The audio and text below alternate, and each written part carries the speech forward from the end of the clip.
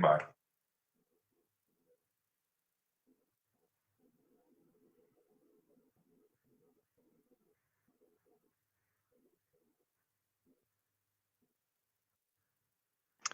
Good afternoon, everybody. Welcome to our AEOP alumni panel.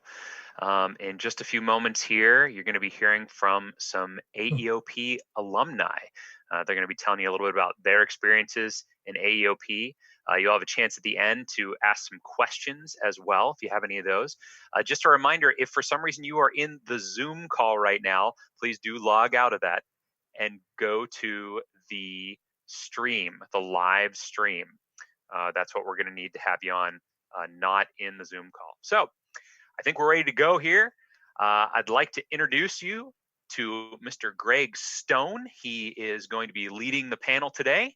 And Greg, throw it over to you. Good afternoon, and thank you, Matt. Again, thank you everyone at NJNEE for joining us at this panel. Again, my name is Gregory Stone, and I have the pleasure of wearing two hats. I am a professor of statistics and measurement, but today I am also the director of the Army Educational Outreach Program Membership and Alumni Association. So I wanted to introduce the AEOP and talk a little bit about what it actually is, because it's important to understand that the AEOP is a family of programs, and you are part of that family. So I've brought along a friend today to talk a little bit about what the AEOP is.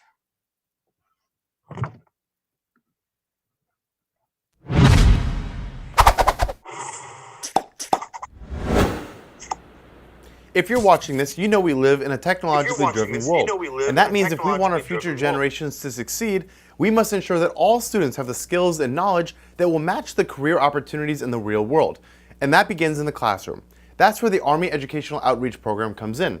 With a long tradition of advancing opportunities in the world of science, technology, engineering, and math, also known as STEM, they're helping students, especially from underserved communities, participate in real-world STEM experiences, from the classroom to paid internships to competitions. AEOP supports teacher development and offers students the chance to work side by side with world-class scientists and engineers in research labs. By exposing students to high-quality STEM exploration, AEOP works to ensure participants get a deeper understanding of the diversity of STEM careers and have a good time doing it. And because they work with underserved communities, they're focused on creating a STEM workforce that's inclusive and diverse. AEOP believes that is the key to creating a thriving U.S. economy for today and tomorrow. To learn more about AEOP and to get your kids involved, head to usaeop.com today. Fall programs have just kicked off.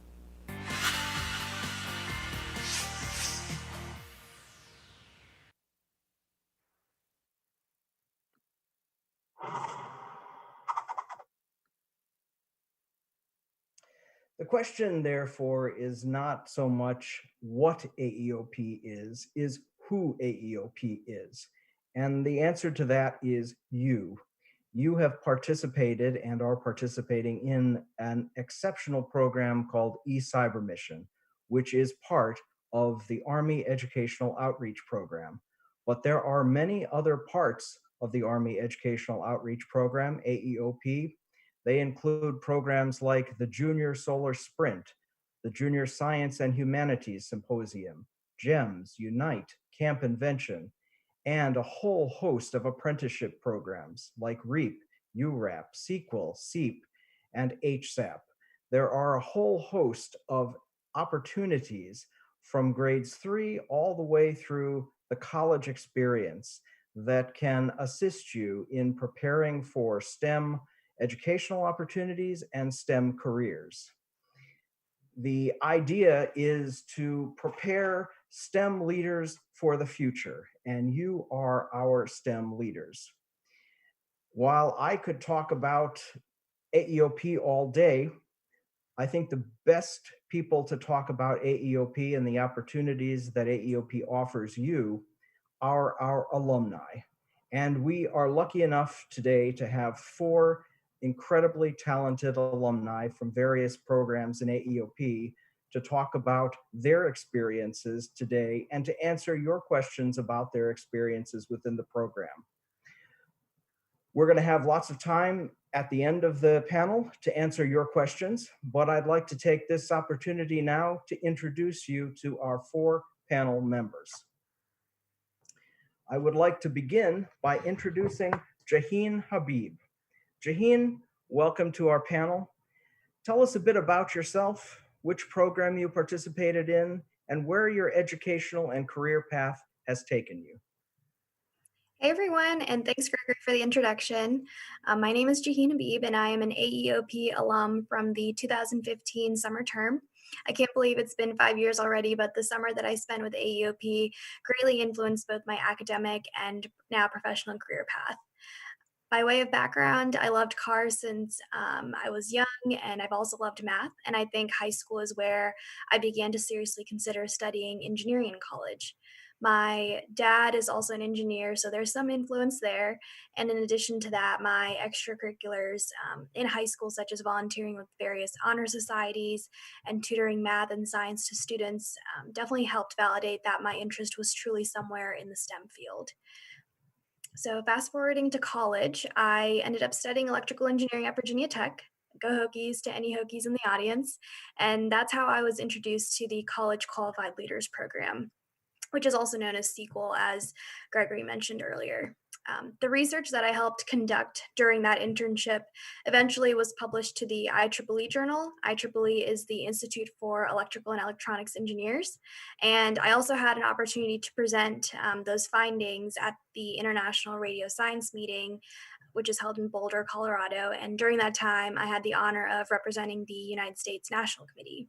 So as you can see, AEOP opened several doors for me, and I'm forever grateful for the experience I had, not only with my mentors and direct leads, but with the overall AEOP intern planning team, who made sure that I was getting the help I needed to be successful and also pointing me in the right direction to different opportunities. After my internship with AEOP, I was so excited to return to campus and use those skills that I learned over the summer and use them in the classroom. And in general, this internship really motivated me to study harder, learn beyond what was being taught in the classroom, and also get future AEOP participants excited about the awesome opportunities here. So with that, thanks, Gregory, and I'll hand it back to you. Thanks, Jaheen. Samuel, welcome to you as well. And how did you enter the AEOP programs? Which AEOP programs did you participate in, and where are you headed educationally and in your future career? Yeah, thank you, Gregory. So for everyone in the audience, thank you for coming. My name is Samuel M. Dennis, and I participated in Unite with AEOP during my summer before my junior year in high school. The program was held at the University of Pennsylvania, and I got to meet a lot of great mentors and people who really taught me the ways of, becoming an engineer and getting into software development, which is more so of my personal take on, engineering and what I want to do in the future. I'm also a current junior at Villanova University studying computer science and hopefully going to be on a track for software engineering in the future. And for myself, I feel like I've been interested in the development of technology and education for some time now, and I've worked to provide access to students who are in lesser fortunate areas across multiple countries. And in terms of my future career, I do love engineering, technology, and education. And I found my mission to, become more of a mixture of all three of those things. And I hope to leave more of a positive impact inside of more the improper education systems, as well as directly resolving problems created by ever-advancing digital revolutions, whether that means by way of, renewable energy, technological access, and educational uprisings. So in that regard, I hope that this would become more of an inspiration to you all as you all take more of an interest in AEOP programs. And, as we go along with this Q&A, I hope that I can answer any questions that you guys have in more of, understanding what you guys would want to do in the future. So thank you again, Greg. Really excited to be here. Fantastic, Samuel. And welcome, Nicole.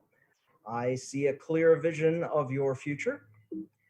And how did you participate in AEOP, and what was your journey like in school and into your career? Thank you, Gregory.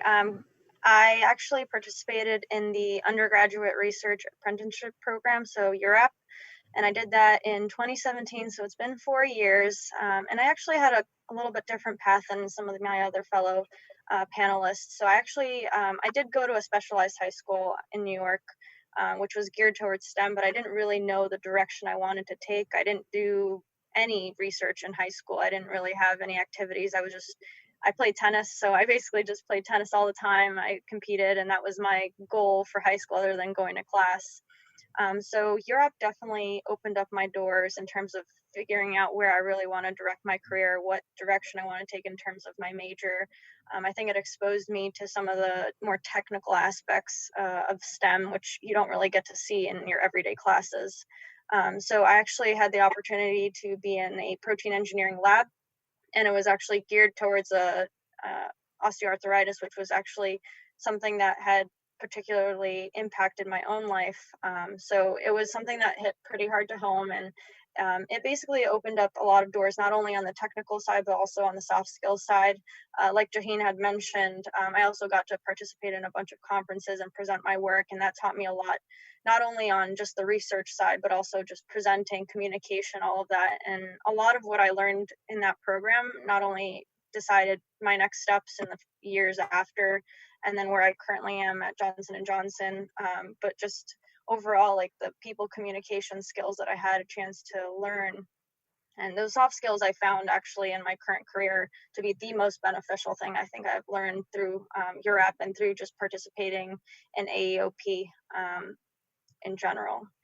And then just like a quick background. So actually, I ended up taking most of the research side because I really liked participating in URAP. So I continued that research side. And then I decided that to actually change my career slightly after I created a startup, and I went more into the manufacturing side. So I no longer stayed in the research, but everything that I learned in URAP taught me 100% of where I am right now.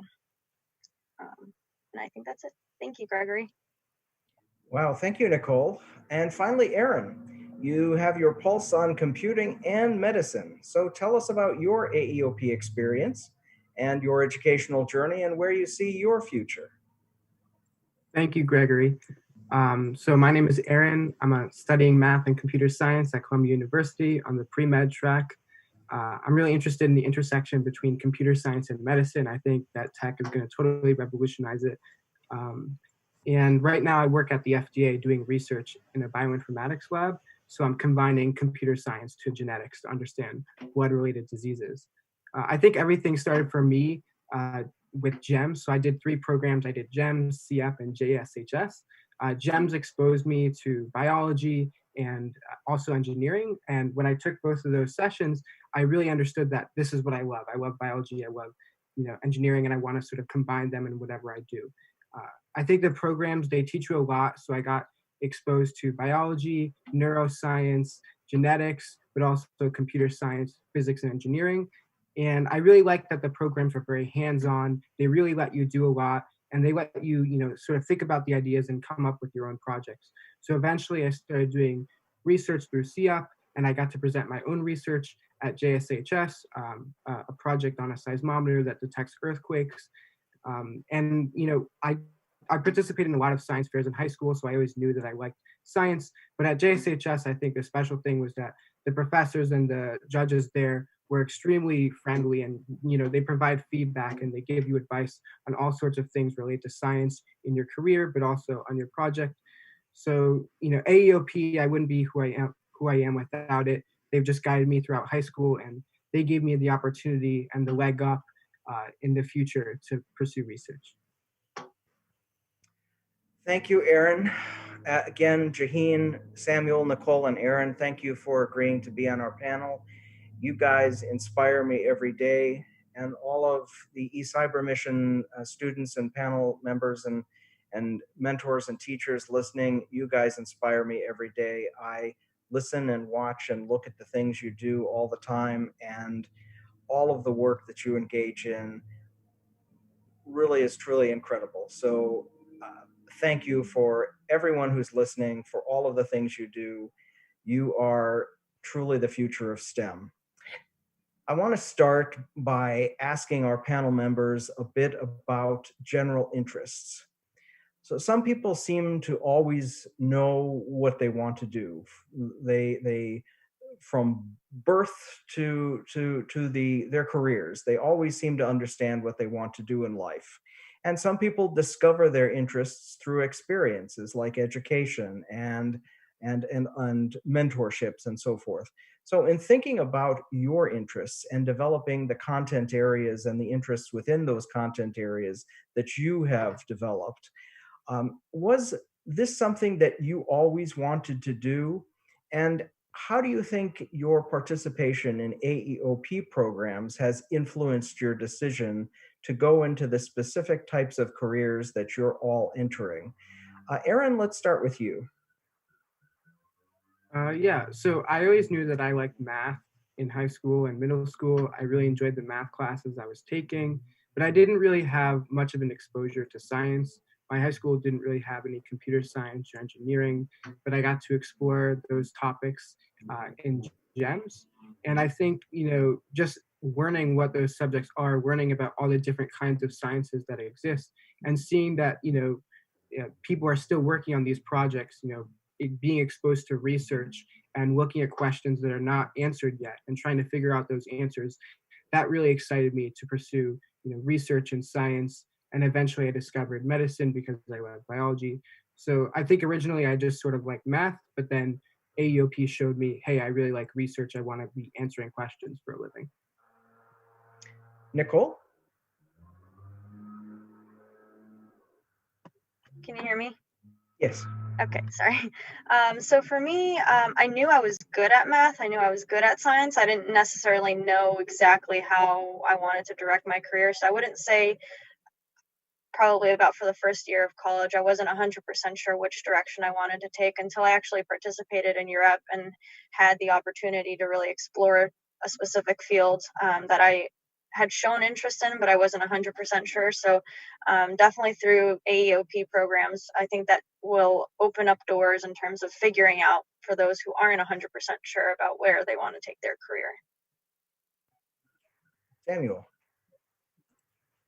So for myself, I feel like I always knew that I wanted to be an engineer. That was something that I always wanted to do, since I was in middle school. And I always tried to figure out what kind of engineer I wanted to be.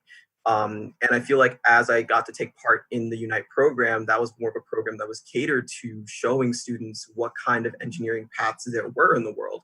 And I feel like as we dove into more and more of, like the specific fields and the specific tasks that these kinds of engineers would take part in or what they would do, I found myself growing more and more interested in more of the software development, software engineering side of being an engineer.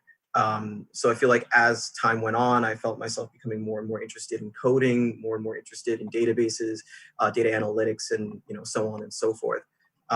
So I felt like there were things specifically, that I felt like I was interested in. But thanks to the programs, I feel like I got more of a grasp on what kind of engineering I wanted to do as I got older. And Jaheen? Yeah, thanks. I think, as I mentioned before, initially I was really interested in cars as a kid. And so naturally I thought that I would probably head into mechanical engineering. But once I got into college and, you learn about so many different opportunities, you learn about all of the majors across the board, I really found that I was, strong in some areas of math, which would apply directly to electrical engineering. And once I had declared my major, I still wasn't sure if electrical engineering was really for me. And so once I had my internship with the Sequel program through AEOP, I got to do a lot of hands-on work and research within the electrical engineering field, specifically with electromagnetics. And so that further validated that, yes, this is something that I want to do. It really encouraged me to continue doing, studying hard, doing good in classes, and actually see that real world application of what I was learning at school into a project that we're, tackling with the AEOP. Awesome. And Jaheen, something you said about sort of your experiences helping you to overcome some ideas of, is this really what you want, kind of leads into my next question.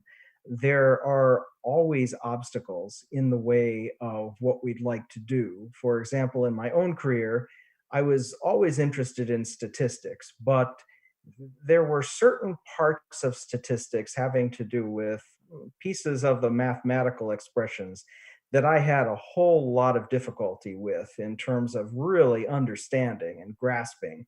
And it took me several years of really diving in before I truly understood what I was doing. But once I did, it was great. And some of those things were overcome by exceptional mentors. So, my question to you is everybody faces their own obstacles, and some of those obstacles may have to do with content that's difficult. Some of them may have to do with access to certain experiences or courses that don't exist in our schools. For example, statistics courses don't exist in every high school. So, talk about what some of the obstacles were to the things that you were interested in doing and how you overcame them. And let's start with Jaheen. Sure. And, talking about challenges, that's a really good question. I think I'll take more of a general route. I think one of my biggest challenges that I faced and I'm still working on today is that I thought that I had to have everything figured out all at once. During my time in both high school and college, I was putting a lot of time into my end all be all, perfecting what it was that I wanted to do in life. And I came to a point where I kind of stopped myself and I realized that this is what life is all about, right? Taking things one day at a time, learning about yourself, and letting those, you know, eventually taking those, and I ended up becoming a yes woman to things that I may not have found myself usually saying yes to. I took on any and every opportunity that came my way, and I more so forced myself to get out of my comfort zone. And with that, I ended up getting involved in a lot of activities and projects that all led up to where I am today by challenging myself to go one step beyond what I thought was capable of handling. And that in turn helped me figure out what it is that I like and also things that I may not be as interested in too. So, overall, taking it one day at a time, learning more about yourself, putting an emphasis on what you value and what makes you happy, those are all the keys that can help drive your decisions, whether it be in your academic, professional, or even your personal life choices too. Great. Aaron, talk about obstacles. So for me, I think my obstacle was figuring out what I want to pursue, what I want to study in particular, and also having access to the resources I needed to get exposed to different fields. I think back in middle school, I basically just had one science class, one math class, history and English, and I wanted to really get to know all the other different subjects. So I think for me, it was all about being proactive, and, looking for opportunities where I can explore those subjects like GEMS, or opportunities where I can pursue my own research interests and answer my own questions. I think as you grow up, you get more and more opportunities, but you need to start small and start with, okay, what are you interested in? And then after you find out what you're interested in, then you can, go and look for opportunities within those areas. Fantastic. And Nicole?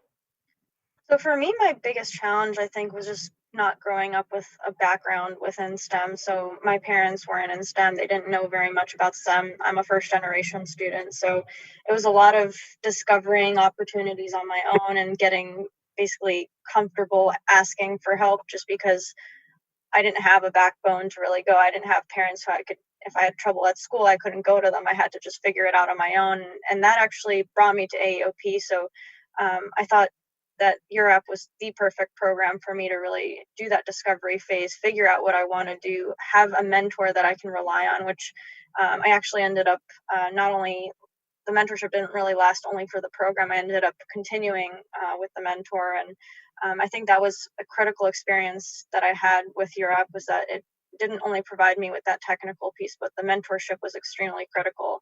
And I think anybody out there who doesn't really know what they want to do, or it doesn't have a strong support system to really guide them, I think this is exactly what AEOP provides for students. And Nicole, where was your mentorship? So I did that. I did it at NYU, and it was in a protein engineering lab. That's awesome. And Samuel? Yeah, definitely one of the obstacles that I faced was specifically in regards to access. my middle school, and even as I graduated middle school and went to high school, these institutions did not have, necessarily well-known or well-regarded science programs or STEM programs implemented inside of them. And for myself, I knew that I could either take, a route that kind of made me put me into a position where I could say, I can just take this and, run with it. Or I could put myself more in the forefront and, find programs where I could kind of, immerse myself in order to get more experience and education outside of, not these programs inside of my schools that weren't well developed at the time. So for these programs, that's how I stumbled upon AEOP. And from AEOP, it kind of, increased my drive to find more programs that were outside of my schools. And through that, that's how I kind of gained an interest inside of computer science. And even before computer science, I gained an interest in chemistry. But as that went on, I found out that that wasn't really something that I was interested in, which goes back to the point of kind of understanding, that, maybe something might not be for you, but you can definitely find yourself, getting interested in other things. And it's okay to make these kinds of decisions and maybe switch from one thing to another, as long as it's something that you enjoy doing. So, as I found these other programs and I found myself more interested in computer science than chemistry, I began to understand that, I can always, just decide that, I can do one thing over another as long as I can see myself becoming successful in it. What was something that you discovered you decided you didn't want to do? And why did you decide that you didn't want to do it? So that's definitely it's definitely a good question. So I can just go back to the point of chemical engineering. So before computer science, I was very dead set on becoming a chemical engineer. And although I had the grades and then everything was kind of like working in my favor, I just knew that my original passion for coding and understanding software and data analytics were just something that I was just way more interested in. I found myself doing it more on a routine basis. And I enjoyed it to a point where I could just not stop thinking about it in terms of, eventually trying to decide whether or not, I wanted to be a chemical engineer or if I wanted to go into software development and computer science and software engineering. And by making that decision, it ultimately put me on a path where I was more interested in these computer science programs and coding programs and hackathons where I could just participate and show off my skills to other people who were also interested in what I wanted to do. And thanks to that, making those comparisons and ultimately deciding that it's one over the other. I ended up choosing computer science over chemical engineering, and now my passion for coding, data analytics, and software engineering is just something that I can't let go of. That's fantastic. So oftentimes when we are working with teachers or mentors or going through our experiences in AEOP or other programs, something sticks out as being particularly influential. Sometimes we call them aha moments. We have moments of self-discovery, or they can actually be moments of discovery, something we found in the lab that just explodes in our head as an aha. So, did you have any of those aha moments throughout your programs in AEOP or your educational programs otherwise that you'd like to share and kind of express how that influenced you and excited you and propelled you to the career that you're going for now? And let's start with Samuel. Oh yeah, I've definitely had a number of aha moments or moments of realization where, in my educational, even my personal, maybe even professional career, um, where I've just realized so many different things that I wanted to do. And I tried to figure out ways and how to incorporate all of those aspects into, my future goal. One of those moments specifically was kind of integrating education into my love and passion for technology. And that was from the Unite program that I participated in at the University of Pennsylvania. And that's where I realized that one of the mentors that I had was actually a university professor who was teaching technology.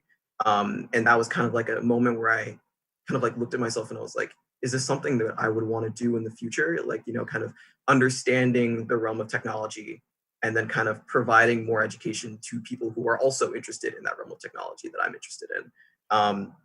And it made me wonder if that was something that I would be interested in the future. And thanks to him, I kind of like eventually just asked him a lot more questions about the process, about, if he enjoyed what he was doing. And thanks to him, that's one of the things that I hope to do when I get older, is just to kind of like understand the field, specifically in software engineering, for a couple of years, and then maybe as I get older and I feel like I've had enough of the the internal workings of that field, I hope that I can ultimately turn back around and take those experiences and put it back into a classroom, kind of giving back to students, and the people in my community, to ultimately just show them how interested I am in the field that I used to work in, and then maybe even transferring that from inner city schools to university classroom, to help people ultimately progress in their professional careers, potentially as like a technology professor or an engineering professor. Fantastic. Nicole, how about your aha moments? So I had a lot of aha moments, mostly in terms of discovering what I really want to do with my career. But I think the biggest, a tangible aha moment was with my startup, actually. So we were in a very long discovery phase. So we were trying to target water treatment applications for basically like a tangible product that we could make. And at one point, we were using blue dyes in order to demonstrate contaminated water. And there was that one moment where we finally added our product, and then the water turned from blue to clear. So that was a very distinct visual moment where I could really see the difference. And I was like, man, this is really going to finally work after all that hard work that I'd put in. It finally worked. And I ended up actually using that for all of my pitches when I went to startup competitions. And I think that was extremely rewarding, just because I could physically see all my hard work pay off. I could see how I could finally apply it to something, rather than just all the hard work going in and trying and testing and all that, and eventually seeing success. So I think that's something that all of us try to get. We want that success, and that's why we work so hard every single day. And I encourage everybody to work really hard, and that aha moment will eventually come. It just might not come immediately. It might come down the road. I completely agree. Sometimes we have to wait quite a while for our aha moments. And Aaron. I think my biggest aha moment came from while I was working in the lab at the FDA. I'd learned a little bit of computer science. Actually, my only exposure was through AEOP, but I came in, learning a little bit more, and I realized that a lot of what they were doing in the lab could be automated. And I think the biggest aha moment was realizing you can do so much computing power by just creating a couple lines of code that does operations for you. And seeing the sheer power of something that used to take a couple weeks to do, happen in just a couple of minutes, it just makes you realize that, like, what a world we live in, that like everything is sped up so fast and you can just accomplish a lot more. So that made me really excited in computer science, and I wanted to bring that into what I love. Beautiful. And Jaheen, let's end on your aha moment. Sure. So during my internship, I had that aha moment almost every single day when we were running a simulation. I remembered reading about, the particular item that we were working on, reading about it in the textbooks we were assigned to for several classes. To answer the most influential part of the program experience, I think would be getting my work published. Was something that wasn't planned as part of my internship experience. It was certainly a pleasant surprise to wrap up my summer. It helped me see two things. One, that the work that I was doing was really being valued by both the AEOP and Army Research Lab, and also help future researchers who are studying this topic help make more breakthrough inventions. And then number two, just seeing the direct impact of how the research I helped conduct and programs that AEOP is helping to lead is directly helping both our citizens and people all across the world. That's beautiful. Well, I want to stop our discussion here for a moment, because I want to ensure that we have enough time for our audience members to ask questions. So I'm going to pause here for a bit and invite everyone to our person-to-person seminars. Every other Tuesday at 7:30, we have person-to-person live on the air, on the computer, and I invite everyone to tune in to person-to-person. We have amazing, important guests on every other week to talk about things like navigating the college application process, apprenticeships, job searches, and many other important topics. So please tune in to Person every other Tuesday. And if you can't make it live, please visit us at our AEOP membership YouTube channel, where you will find archives of all our old shows. So with that, I would like to take your questions, and I will be happy to do that now. All right, Greg. Well, we do have some questions for you that have been coming in into our live stream chat. So I got them all written down here. We're just going to start going through them. The first one is kind of a general question that, Greg, maybe you can answer. What are all of the AEOP programs in high school? Gosh, we have quite a number of programs in high school. I am going to see if I can share my screen again and put back up all the beautiful little logos that we have, because it will be easy to talk about when I have the logos on the screen. All right, so if you take a peek on the screen, you'll see, of course, eCyber Mission is a program that is available in high school. Junior Science and Humanities Symposium is another program that is geared to high school students as well as others, but mostly high school students. Junior Solar Sprint, where high school teams get together to build solar-powered cars. And this is one of our team competitions. This is a really excellent way for groups of people led as a team through a teacher or a mentor in high school to work on a solar-powered car and compete. JSHS is more geared for individual or small teams, and Junior Solar Sprint is geared for larger teams. We also have the High School Apprenticeship Program, or HSAP. We also have a number of other apprenticeship programs that may be our possibilities for high school as well. My suggestion for anybody who's interested in a particular program is to visit www.usaeop.com. And the nice thing about visiting the website at www.usaeop.com is you can put in your grade level and your interests, and it will pop up all of the programs that are applicable specifically to your grade level and your interests. Because sometimes programs change, sometimes the programs will expand, and instead of just being 9th through 12th, they'll expand to middle school. And so rather than me giving you incorrect information because it might change next year, the website is always up to date, and the website will give you the most correct information at the time. So www.usaeop.com is the best way to find out information, and you can put in all of your specifics, and it will give you programs not only specific to your grade level, but specific to your area of the country, because not all programs are available in all areas. Great. Wow. Thank you, Greg. That was excellent. I like how you repeated the URL there as well. That was very helpful. I appreciate that. All right. So now we have some questions for our panelists. The first one goes out to several of our panelists, I believe, because I think several of you mentioned some work in computer science. What are some computer science programs that you would recommend? That goes to any of them.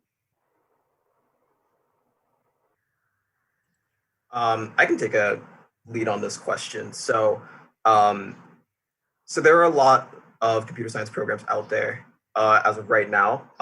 Of course, I would recommend any of the Unite programs. They give you a great field view into computer science. And I can always go ahead and recommend Unite, because that was how I got into computer science, giving students an immediate dosage of kind of like what computer science is, and the different kinds of different realms of computer science that you can go into, like I've been talking about before.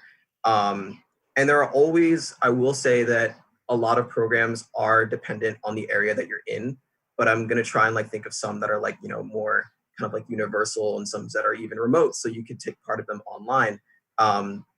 So the first thing I would do is to always search up some hackathons. And I feel like regardless of the skill that you have, if you're a beginner with computer science, if if you've developed kind of like your interest in computer science maybe before others, and you know a lot more code off the back of your head in terms of like other people or other students, hackathons are definitely a way to get more involved inside of the community that you're in.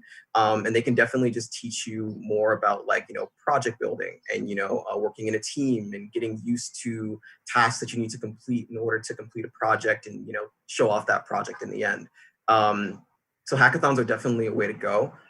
There are a lot of hackathons out there that are specific to students. I'm not sure if I can always like try and provide a resource probably on the outside of this, so I can definitely try and like maybe give Gregory a document of as many like computer science programs that I can think of, and then maybe he can refer that to everyone who's here in the conversation.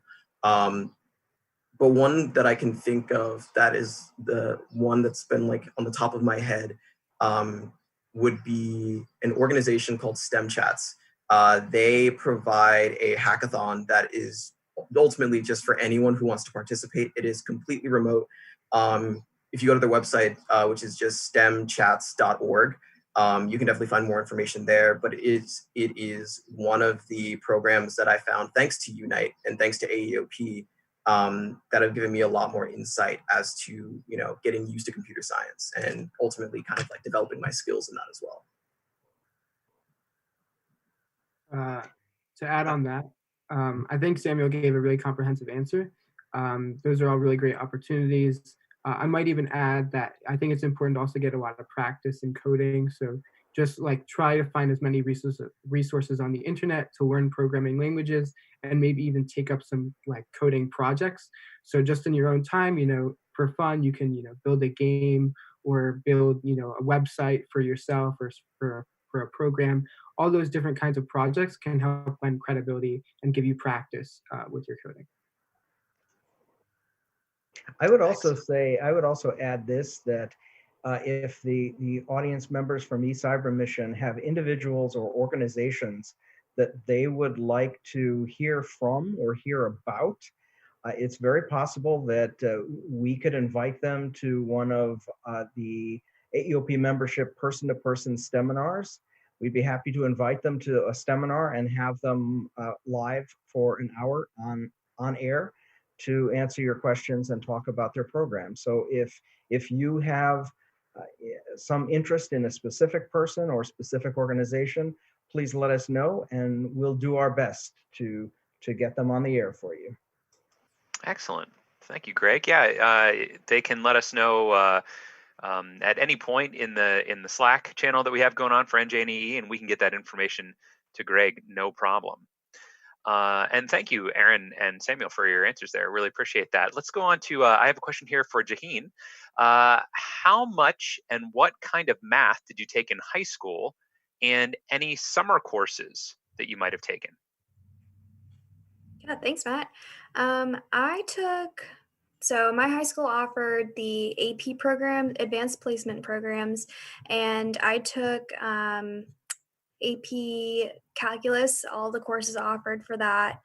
And I didn't actually take them until my junior year. So it's been so long, so I'm trying to remember which ones specifically, but I remember I started taking the AP math courses junior year just to make sure that I had all my skills down, and throughout freshman, sophomore, and really make sure that I was prepared to take those AP courses, because they can be very rigorous, but also very rewarding, because once you take them in high school, you do have the opportunity to take the AP exam and get credit for that, which depending on which college you go to, you could get credit for those classes in college.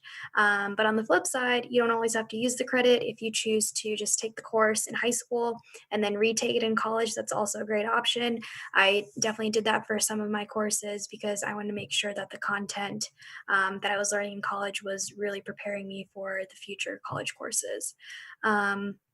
But I would say in general, taking AP courses, or if high schools that our listeners are going to offer the IB program. Definitely take advantage of those. It can prepare you well for, the faster college pace and kind of give you a heads up into what material might be coming once you get there. Excellent. Thank you very much, Shaheen. Appreciate that. A question for Nicole. Nicole, what were you able to research during the USAP program? So I was focused on drug delivery. So we were trying to use I guess in simpler terms, something like it's called a hydrogel, but basically you can think of it as like Jello. We were trying to hold certain drugs within it and then time release it. So let's say when somebody injects it into the body, they don't want to just consume it all at once. They want it to be time released. So I was specifically targeting osteoarthritis, which targets hundreds, if not millions of people around the world. So that was mostly what I was targeting. And we actually ended up converting that project to an application with cancer. So it was a very, I guess, multi-disciplinary project. Very cool. Thank you very much, Nicole. Let's see. Our next question is for Aaron. I'm going to say, Samuel, you can probably answer this question as well. It's just, what is your favorite thing about computer science? So we'll go to Aaron first. Aaron, what's your favorite thing about computer science? Oh, sorry. I'd say my favorite thing is probably machine learning. So we kind of use computers now to sort of do problems that we give them, and then they'll like answer the question really, really fast. That's what computers are for. But there are some problems that we actually don't know how to answer directly or have so many variables that it's hard to consider everything. And so in machine learning, you're kind of training a computer to learn by itself and then come up with an answer. And machine learning right now is pretty cutting edge. Like, we don't completely understand everything that's happening in the computer when it learns, but it's just really cool to sort of train a computer to think for itself. Cool. Samuel, what is your favorite thing in computer science? So I would say my favorite thing would be, I would say it's kind of a tie. I also would agree with machine learning. I would go specifically with Arduino-based coding. And I would also say just like software development in general. In terms of Arduinos, that's more of kind of like I'd say like a collaboration between hardware and software. When you kind of think of Arduinos, you kind of think of kind of like a tiny robot and completing different tasks. Maybe has like, maybe like visionary sensors, you have like printed circuit board, you just have like these different tasks on a tiny robot that you can kind of like give to people and maybe they can figure out the tasks themselves. But I think that's definitely one thing that I've been super interested in. And it also helped me learn specifically C# or C-based coding. I think for the one I learned, it was specifically C++ language. And also I would, in terms of like software development, I would say that that is definitely one of the things that I've gotten used to more, especially even in college now. Software development is something that is kind of like, I would say it's a lot more universal, and a lot of people can kind of like get access to it. So whenever I think of kind of like creating a software or, even in collaboration with that, if I'm creating a software that can be utilized for, maybe controlling different aspects of an Arduino robot, I feel like creating that software is something that, ultimately gives me a lot of joy. And it kind of like when I'm working with it, I feel like kind of creating the code based on that and kind of if I'm working in a team and collaborating with someone else and kind of outputting that product, kind of seeing people kind of like, ultimately hoping that like the user interface is something that's ultimately, useful for people who decide to use it.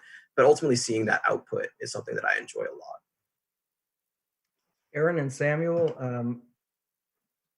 there have been a lot of computer languages, and there probably will be a lot more, from Fortran to COBOL to C to everything else. What would you say if a person were going through school at the moment, what would you say would be the most important computing language to learn right now? Samuel, do you want to go?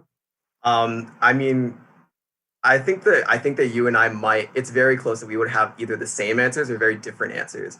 But one thing that I've learned is that I think that Java is a very universal language. And I think that if I had to choose, it would be Java. And I think a second place answer would be Python. And I don't know if you agree with me, but that's totally fine if you don't. I mean, I might flip it. And what I'd say is like, definitely look into what your science interests are and then see what programming languages, the people who study those subjects are using. So for me, like, I know I have a lot of friends who are in computer science and Java is really important for software engineering. But I'm doing research in genetics. I'm planning on going to medical school. So like in the medical community, a lot of researchers use Python. So I have to like learn Python and understand how to integrate that in the lab. So just figure out what is being done in the research you're interested in, and then do that programming language. But I'd say, yeah, Python and Java are critical. Great, excellent stuff. Thank you so much. Another question. Well, let's see. Greg, you're going to answer this one, I think. Which AEOP programs are available for students in the more rural areas? Well, that's a good question, and I'm going to answer it kind of the same way I answered the first one, in the sense that I'm going to send you to the website because I don't have a perfect answer off the top of my head. I can tell you that programs like eCybermission, which do a lot of their work online, they are set up to be done anywhere. So rural, urban, suburban, it doesn't really matter where you are. You can participate equally well. There are other programs that are harder to participate in. So again, www.usaeop.com will allow you to determine which programs are in your area specifically. And you may be surprised because some programs are in areas where you may not imagine they would be. The programs are in Army laboratories and universities around the country, and there may be an Army base and an Army laboratory in an area that you would not suspect anything would be. For example, in Champaign-Urbana, which is in the middle of what would otherwise be considered very rural Illinois, there are Army laboratories. And so there are programs in Champaign-Urbana that our students can participate in. Whereas other parts of rural areas may be harder to participate in. But again, the best place for you to go would be the website to find out, because what you'll see there are maps that will show you where all of the programs exist.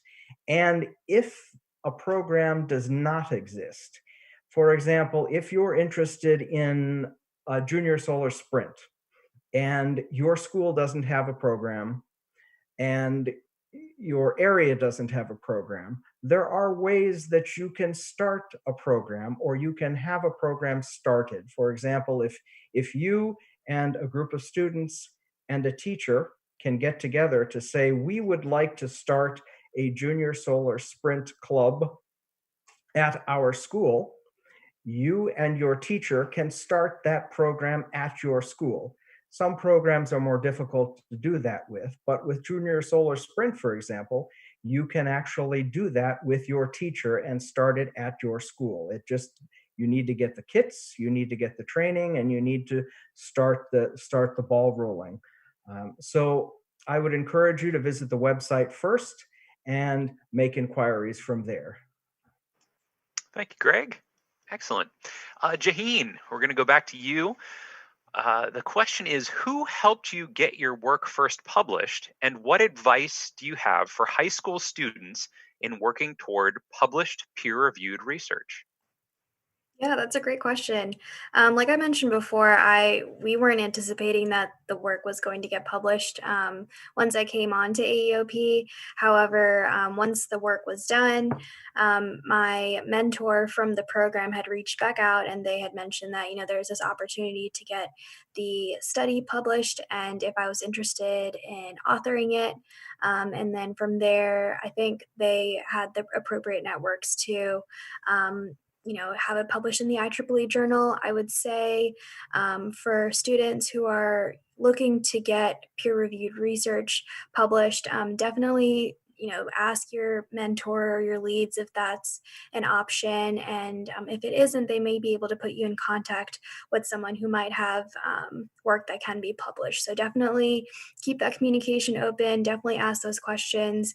Don't hesitate to reach out to your leads or anyone in the AEOP team to see if they can help you.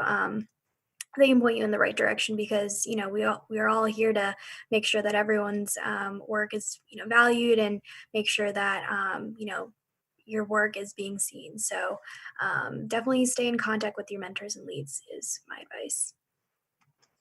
Excellent. Thank you, Jaheen. Nicole, we have a question for you. And that is, how old should students be when they start really learning how to talk and give oral presentations and poster presentations? And by the way, did you do JSHS?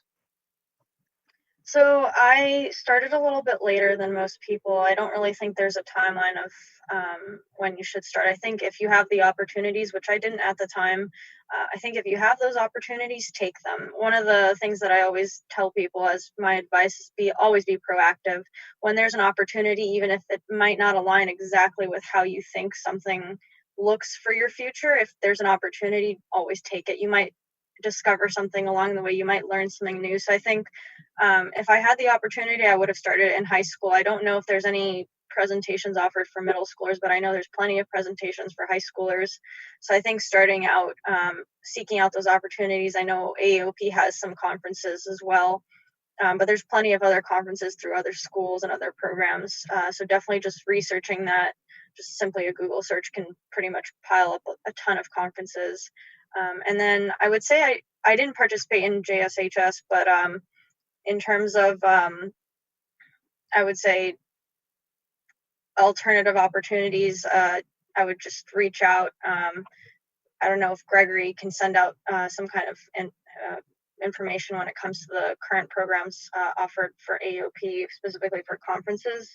But I can also put together a list of conferences that might be helpful for anybody who's interested. Excellent. Thank you, Nicole. That's very generous of you to offer to do that. Let's see, Aaron. The question that we have here is, what courses are needed to pursue a career in genetics? Right. So there's like so much in genetics. I think what it takes is just any like high school biology can get you started, and then try to find, a lab or some sort of courses online that can help get you more familiar with the wet lab procedures. So a lot of biology is not just like computational work, but also like working in a lab, working with like real materials. So it's important to build those skills as well. Um, I think the way I started, I just found a lab that fitted my interests, combining like math and genetics. I didn't really know like a whole lot coming in, but basically like as you join a lab, you learn more and more all the different procedures that everybody has to be familiar with, all the different information you have to learn. So I think it's just a process, and reach out to people who can mentor you. Thanks, Aaron. There's actually a second part to this question. It's not totally related, but they were wondering what advice you would give to these eCyber mission students who obviously have an interest in STEM competitions to help them prepare to move on to the next level with JSHS, since that's kind of, once they reach 9th grade or 10th grade, what advice would you have for preparing for that? Well, I think presenting independent research is, it's pretty difficult. You have to come up with a problem that you care about. You have to be a little bit creative about how you would like approach it, come up with a hypothesis. Definitely really important to document everything you're doing, keep a list of all the resources you're using to help you. Because, a big part of it is just coming up with a presentation of like everything you did. So just like really have a presentation, really know all your sources, come up with the problem you care about, and try to think creatively, find a mentor who can help you. Excellent. Thank you, Aaron. So the final question that I have is kind of to any of you. And that question is, they're wondering if there are any good STEM careers integrated with art, I guess, that you know of. So any thoughts on that, panel? This is Jaheen. I can start off. I'm currently in consulting, and I know that there are a lot of different opportunities with digital design, digital and customer experience. So, it's a form of art, and you can help make recommendations as to how to improve user experience on different websites or mobile apps and get your creative side and artistic side that way.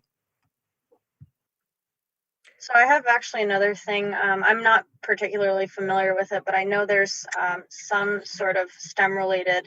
Um, I'm not exactly sure what the field is, but when they actually take, let's say, songs or different, I guess, pieces of artwork when it comes to music or anything like that, I know there's certain careers where they actually take user interfaces and then figure out which songs are more compatible towards somebody listening to it, which one's going to drive up the music industry. So I think that's one side of, I guess it has to do with statistics as well, and figuring out what is the real driving factor behind why somebody listens to a certain song or likes a certain beat. There is also a whole field of science and medical illustration that is certainly works within textbooks and those sorts of areas, but also crosses over into sort of computer illustration, crossing over into sort of the 3D mapping that goes into the new forms of MRIs and imaging and those sorts of things. So there's a whole sort of artistic expression side of medical illustration, and there are various places online, a whole society for medical illustration as well. And to add on to that, I think that there are a lot of, I think there is a STEM field that caters to art. Specifically, it is within more of like the software engineering, software development state of things. Whenever you create something, there's always, an aesthetic that you want to try and put onto it. So I would recommend that you could, dive into front end development. And that is specifically, how an application looks or how a product looks to a buyer or to an organization that you want to sell that to. So there's front end development, there's web design, web development. Obviously, websites need to have some kind of aesthetic to draw viewers into it. So there's always that. And I think that there's also just the idea of becoming like, trying to think of what it is. And there also is like, data design, there's graphic design, rules like that are also integrated with art. So there's some things to look into there as well. Excellent. Aaron, any thoughts on that? Didn't want to cut you off if you had anything you needed to say there. Yeah, I would say that there's like a lot of really interesting animation you can do in computer science, and also in the medical field. There's a lot of usefulness in illustrations. I would encourage the listener to check out the Junior Science and Humanities Symposium, because JSHS, the H is for humanities, and art is within the humanities, and humanities is a big portion of JSHS. And so check out the kinds of things that have occurred in the past in JSHS, and I think you would find a nice home within that competition. Excellent. Well, I want to thank you very much, Greg, for leading this panel. I want to thank all of our panelists for their time today and answering all these questions and telling us a little bit about what you do.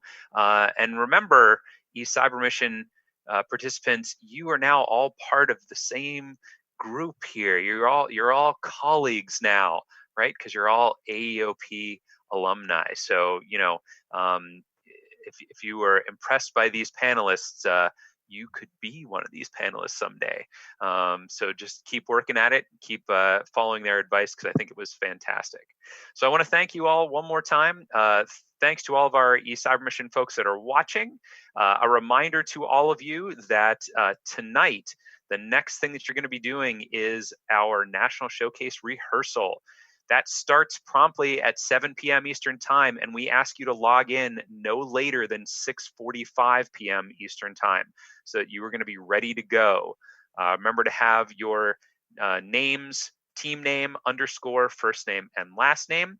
Please also make sure that if you have any comments or problems or questions, put them in the Slack, please. That is where your communication is going to be, in the Slack. That's where you're going to get all your answers from. Don't try to use the Zoom chat because it is just going to get too overwhelming. Well, thank you all so much. Panel, we'll see you around. And students, we'll see you later tonight, 6:45 p.m. Eastern Time, no later than that. Take care, everybody. Thank you. Thank you. And thank